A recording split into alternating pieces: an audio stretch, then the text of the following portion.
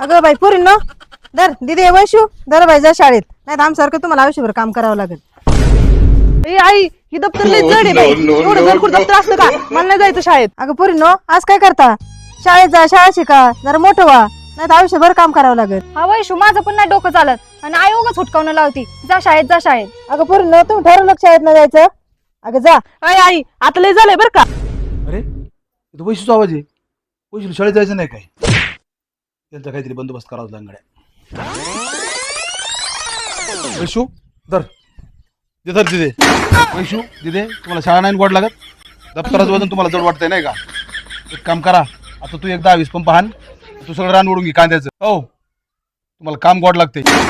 पप्पा 10-20 पंप हाणायचे कोण आणू? अगं 10-20 जण म्हणजे जे रस्त्याने दिसून त्याला खाण्याचा पंप. ए रुपया काहीच कामाच्या नाहीत पोरी बाबा चल.